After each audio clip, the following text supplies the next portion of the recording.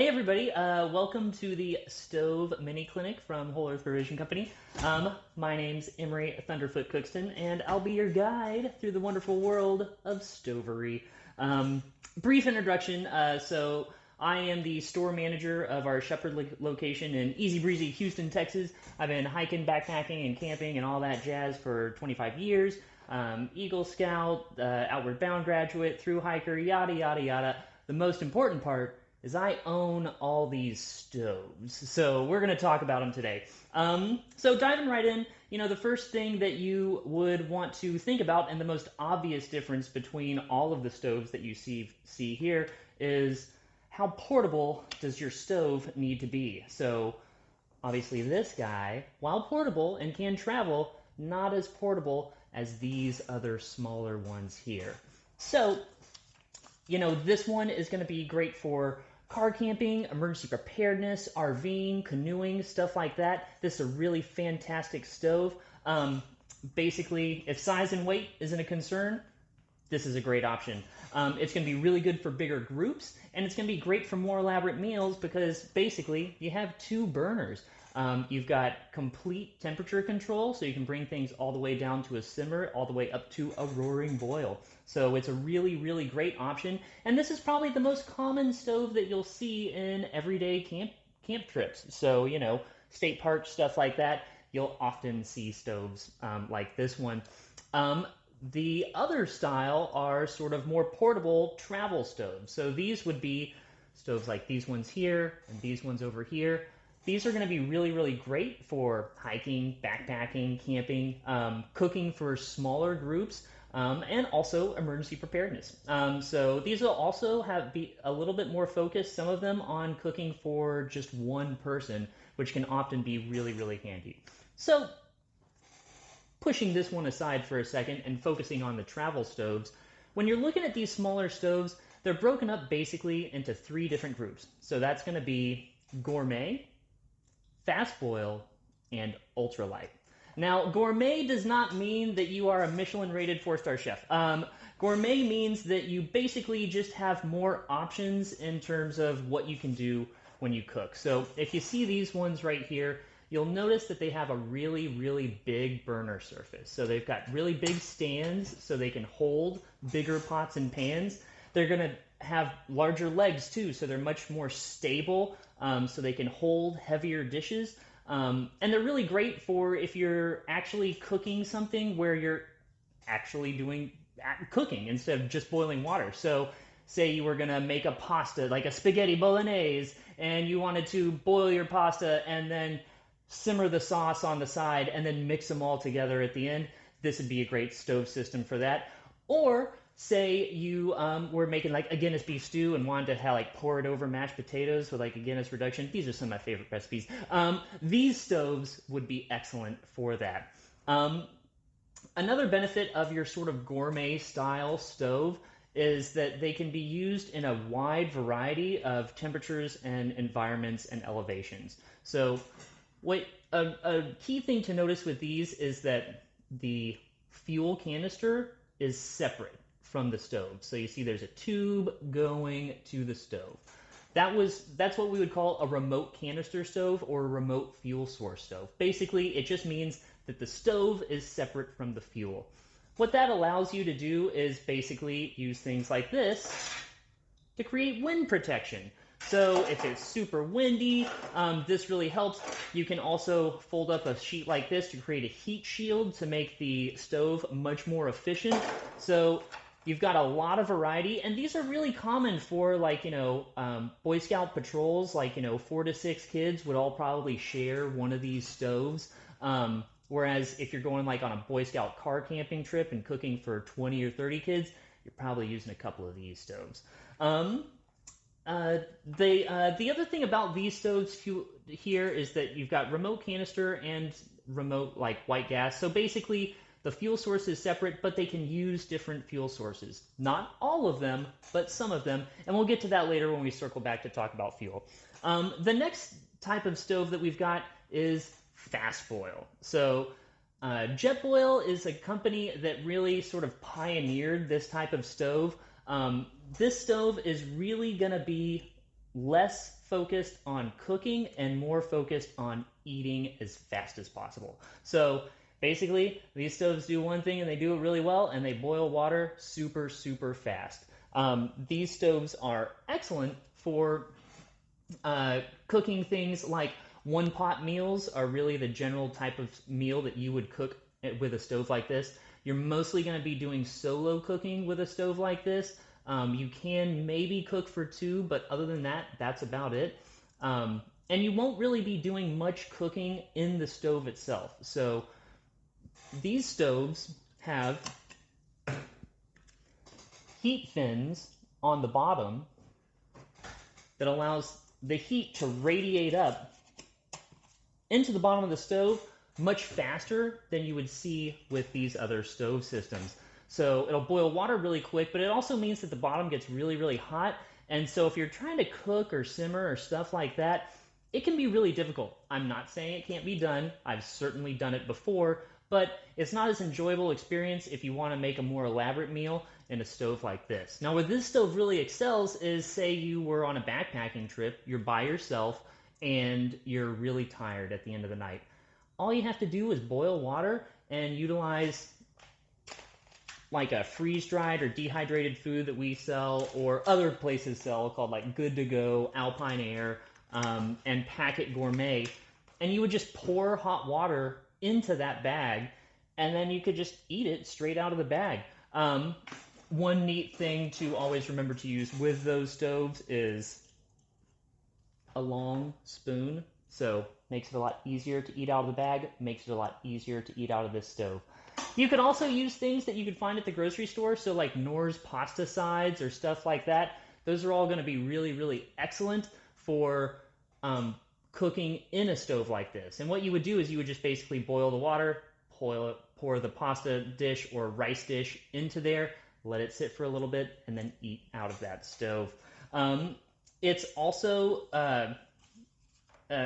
really, really easy to use. So these ones use Isobutane. It's this canister right here, and it literally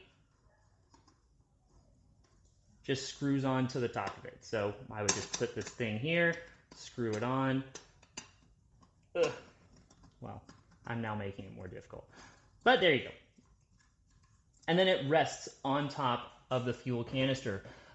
These stoves often do come with little feet that you can use to put like at the bottom of the fuel canister. You can also buy them separately, so things like this will attach to the bottom of your fuel canister and thus give you a more stable surface. That is a kind of difficult sort of drawback of these stoves, in that because it is just sitting on top of the canister, you know, this one I have the opportunity to move the canister and move the stove to find a really sort of perfect cooking surface. This one, that can sometimes be a little bit of a challenge. But of all of the stoves here, it's the easiest to use because all it does is boil water.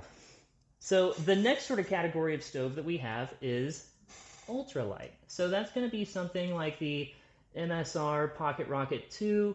I've got the Optimus Crux right here. And as you can see, this stove, it just screws directly on top of the canister. Also, you could use feet on it.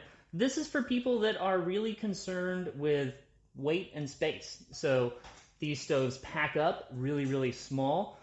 You can use a variety of pots and stuff with them. So for example, like I've got a titanium cook set here, which is maybe something I would want to use with a ultralight stove. And I can pack this whole thing up so it will fit inside that pot.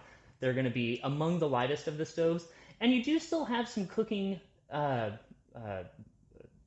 little bit more freedom in cooking, because although your burner surface is smaller and you can't fit bigger pots on there safely, you can do it, but you might have a mess. But you do have quite robust temperature control, so you can bring things down to a simmer. You can cook on it, but there's a little bit higher of a barrier to entry in terms of experience and skill that you might need to be able to use something like that. So if you are interested in like an ultralight system, just know that you might want to practice a few times at home before you use that. The other thing about these two that is different as well is that the Jetboil system is going to only use Jetboil pots. So because it has these fins on it, you can't really put a normal pot on top of this stove. For the simple fact that if you'll see here, this part is plastic. So if I put a normal pot on top of that, instead of the heat radiating up, it's actually radiating back down, and I could melt the plastic and possibly damage the stove. And you know, it's sitting right on top of the fuel canister, so we really want to avoid those situations. So make sure you're using the correct cook set when you are using a stove, fast boil stove. There are some stoves that are kind of in between. So I've got two actually by Jetboil, so they've been branching out. This is the Jetboil Minimo, and then this is the Jetboil Stash. The Jetboil Stash sort of straddles the line between ultralight and fast boil. So you get kind of the benefits of ultralight, and it just screws on top, and you can use a variety of pots, but it's got those heat fins on it, so it allows it to boil a lot faster than a normal ultralight cook set. The Minimo is basically between fast boil and gourmet. So it's got a wider cook pot. You can add a wider burner surface, so it allows the heat to be dispersed more easily. And this one is really, really great for cooking, bringing things down to a simmer. So it works really well. So there's no there's no absolute right or wrong way to do this. It's just really figuring out what works best for you. I guess kind of like the obvious thing here is that when you're looking at all of these stoves, you may notice that like I've got a bunch of canisters and stuff up here. All of these stoves are going to use different types of fuel. And so depending on what you want to use the stove for, there may be benefits and drawbacks to the different types. So with our biggest car camping style stove, we have these little green canisters of propane. So these are really nice. You can find them almost anywhere. So grocery stores, hardware stores, sporting goods stores, stuff like that. They are among the first things to go during an emergency preparedness situation. So it's always good to have a few on hand. And it's just regular propane. A really neat thing about it is, since this just runs on propane, you can buy an adapter to run this off of like a big standard propane tank, which can really, really be great in an RV or emergency preparedness scenario. It is also very important that you make sure you're getting the right adapters that fit your stove. The one sort of drawback to these sort of fuel canisters is that they can be hard to recycle. You know, depending on where you live, you may not have a recycling facility. If you live near a whole earth provision company, you can just bring them into the store and we will recycle them for you. But if not, you know, contact your local recycling center and see how you can return those. The next type of the next type of fuel that we've got is isobutane. So that's this one right here. This is the fuel that you see on this remote canister stove. This is the fuel that you see on this Jetboil, so this fast boil stove. And this is the fuel that you see on this ultralight stove. Right now, isobutane is the most popular fuel source for different types of stoves. It is really, really easy to use, and it's kind of foolproof. You just use it, and then when it's done, you pierce a hole in it, and then recycle it. You put it in any recycling bin. Some drawbacks to isobutane are basically that, like, look, it's a mix of different butanes, and it's in a pressurized canister. So if you are on a camping trip where you're at a super high elevation, or say it's really, really cold, this might struggle to have the gas evaporate and come through the stove and have the stove work. There's lots of like scenarios and stories that you'll hear about people that they're at a super high elevation, they shake their canister, they can hear the fuel in it, but they can't get it out into the stove because they're at such a high elevation, there's not enough ambient pressure to vaporize that fuel to allow it to go into the stove. Now you can do things like warm it up and stuff like that, but it can be a drawback. With these types of stoves, where the stove itself sits on top of the canister, it's going to be hard to solve that problem. Now, these have come a long way, and so Companies like Jetboil and MSR have solved this problem with really advanced regulators that go on the stove that are supposed to really help in these situations. But I don't really know how much they work, but I do know that it's not a catch-all foolproof solution. Which kind of brings us to the most flexible fuel source on the table, and that is white gas. So it comes in little things like this. You can also get this at grocery stores, you can get this at hardware stores, you can get this pretty much anywhere. It'll often be called just camp fuel, might be in a green Coleman tin. And this stuff works really, really well. When there is an emergency, isobutane and propane are the first to go. White gas, you can usually find. So there can be a real advantage to having a stove that uses a less popular fuel source. But the reason it's less popular is because it's not as easy to use.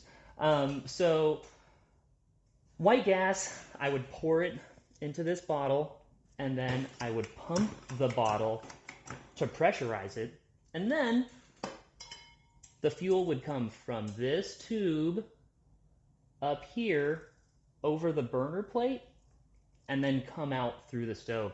It's really neat the way that it works because the fuel comes through as a liquid. The burner itself, as it's burning, heats this copper tube, which then vaporizes the fuel as it's going through the tube, and then it comes out as a gas. And so if you're at a high elevation, hey, that's cool. Just pump it more, and you can get the canister pressurized enough to be able to vaporize. Same thing if it's really, really cold. Because this heats itself, it's going to be able to continue to work where these ones might struggle. Now, with a remote canister stove, they have solved this problem also of having some fuel in your stove but unable to get it out. And they do it with almost the exact same solution as a liquid fuel burning stove. So this stove has little feet where the canister is. So I can just flip the canister upside down. Now the liquid is coming down. It has this little tube right here where the burner will vaporize the fuel, and then it'll come out as a gas, and then I'm able to keep using it. And this will work in almost every scenario. But end of the day, the most versatile and the one that can work in every scenario is almost always going to be a liquid gas fuel source. This one's also nice too because you can travel with the fuel canister empty and then get to where you're going and fill it up. It's also easy to look inside and see how much fuel is inside of it. Whereas like one of these, if you want to know how much fuel you have left, you could take a pot, fill it with water, and then put the canister in the pot and then see where it floats. And wherever it floats, that's going to be the line of where your fuel is inside this canister. Whereas this one, you can just look with your eyes, and so it's pretty easy. So kind of like having talked about all the different types of stoves and all that stuff, kind of want to circle back around to emergency preparedness. Now, we talked about the differences between portable and travel and not as portable. We talked about the differences between different fuel sources and then also the styles of cooking, so gourmet, fast boil, and ultralight. But at the end of the day, any of these stoves would be great for your emergency preparedness scenario. We just had a boil water notice, for that cold snap. Well, you know what? You could boil water really, really fast in this one. 2017, Houston, Texas, Hurricane Harvey. This was my stove for 3 months. This stove is also like 20 years old. These things are nearly indestructible. I have a 15-year-old version of this stove that is still kicking. And so, it's these things, if you take care of them, can really last.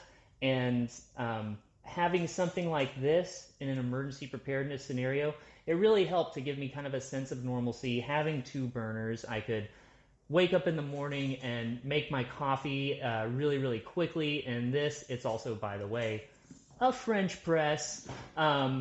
And then I could cook my breakfast on this. If you are into more backpacking scenarios, then this stove, fast boil, ultralight, or remote canister or remote fuel stove is a really great way to do it. And if you're looking to travel with more groups, so bigger groups, bigger burner, or cook more elaborate meals, bigger burner, or high alpine, bad weather, something where you need windbreak, remote canister works really well. One note on that, the reason you can't use a windbreak on one of these stoves is because the heat needs to radiate up. So if you put foil around it, you're potentially radiating heat back into the canister. Kaboom! That's not a good call. That's why you always see these heat shields provided with remote canister stoves and remote fuel source stoves versus one of these stoves. That's why also this one has these wind shields on it, because the fuel source is separate from the burners themselves. Esbit would fall into this emergency preparedness category. Also, it could fall into this ultralight category. So this is a solid fuel stove. It's kind of like what you would see at catering events. So like a sterno can, except it has removable fuel sources. And these ones just packs up to this little cube. You pop it open, and then put a pot right on top of it. So this one can be really, really great, especially if you're just building like a bug out bag or like emergency preparedness backpack. It can burn the fuel cubes that it comes with. It can also burn anything that burns. So it's just a fire-based stove system. We also just got in a bunch of stoves, and I didn't have one to demo because it's brand new, by a company called BioLite. These are wood-burning stoves, so they would work really, really well for sort of bigger travel scenarios, canoeing, RVing, stuff like that. Also would work well for car camping, also would work well for emergency preparedness. And what these stoves do is they are a wood-burning stove that has a battery pack on the outside and a plate sticking into the stove. And then through the miracle of physics and science, the temperature difference between the plate on the inside of the wood-burning stove and on the outside is able to generate electricity. And so this one is really, really neat, especially in your emergency preparedness scenario that you may have, like if it was a hurricane, well, you got loads of sticks on the ground, you got lots of things to burn, but you don't have power. And this thing can generate power. And it'll generate enough power to, charge up a cell phone, fill up a different battery pack. It's not you're not gonna run your refrigerator off of a campfire, but small devices you'll be able to keep charged off of this thing. It's really, really neat technology. This is they have really advanced it. It's the second or third version of it. And so, yeah, let's go ahead really quickly and light a few of these stoves just to see how easy it is. So, one thing with a fast boil stove is that you always want to make sure there's water in it. So never light it empty. Put a little water in there. These ones are really, really cool because they have a little switch that allows it to light, so I don't have to use a lighter. It's just kind of like your stove at home. So I would just turn it on. Boom! Stove lit. Nothing to it. I can control the temperature by turning this knob, and I just turned it off. Same thing with this one, except I need to use a lighter. So I would just turn it on. And then boom, fuel source. Also, item of note, probably not the best idea to light these inside your house, but hey, this is just for a demo. And then same thing with this remote fuel source stove.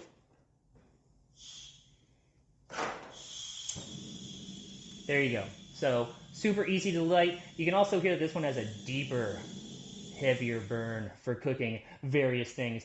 And then these stoves, they're just a little bit harder for me to get to. They're also a little bit harder to light. So another plus for the isobutane stoves. Your propane canisters are the thickest that we have. They are, I don't know, pretty much bomb-proof. I mean, certainly if you wanted to bust it, you could. But these are ones that I've often used with, Boy Scout campouts and stuff like that, with careless scouts letting stove canisters like fall out of the car and onto concrete ground and stuff like that. They do just fine. The isobutane canisters are they're more lightweight because they're made for backpacking and hiking and stuff. So because of that, they do have thinner walls. So if you were to drop it, throw it on the ground, stuff like that, you could have some dents in it. You know, the reality is that small dents and dimples probably okay, but an actual sort of crease in the canister, it's probably time to retire that canister. With any fuel source, especially in like super hot Houston, Texas, it is not advised to leave basically fuel in your trunk or something like that. These are really designed to be very, very stable. And so you shouldn't have any problems, but I would not recommend storing them in your car for permanent storage. Something like the Esbit that uses like a basically solid piece of fuel or things like that that is just completely inert would be a really great option. Or having a liquid fuel that is non-pressurized with the lid closed and secure. These will be the safest inside your car if you're looking to, I don't know, make some sort of car emergency preparedness kit. Long story short, you're not going to be carrying any of this fuel on a plane, period. So you're going to need to get that fuel wherever you're going. For a more developed country or whatnot, getting isobutane is going to be pretty easy. Getting propane, this is probably wouldn't be something you would travel with, but getting propane is actually much more common. Um, if you are traveling to someplace that's like maybe less developed or whatnot, getting white gas is going to be a lot easier. So having a liquid fuel burning stove, it's just a lot easier to find this, and these ones can often burn, like this is the Whisperlight International, and it burns multiple types of fuels. And so if you are doing international travel, getting something like the Whisperlight Universal or the Whisperlight International that burns multiple liquid fuels is really going to be the way to go. It's really been a pleasure going over the differences between packable and less packable stoves and gourmet, fast boil, and ultralight stoves. And ultimately, remember that when you're out there camping and hiking, energy is fuel, and it's really going to be one of the simple joys that makes you happy out there. So I wish you luck finding the right stove and having full bellies out on the trail. I've been Emery Cookston.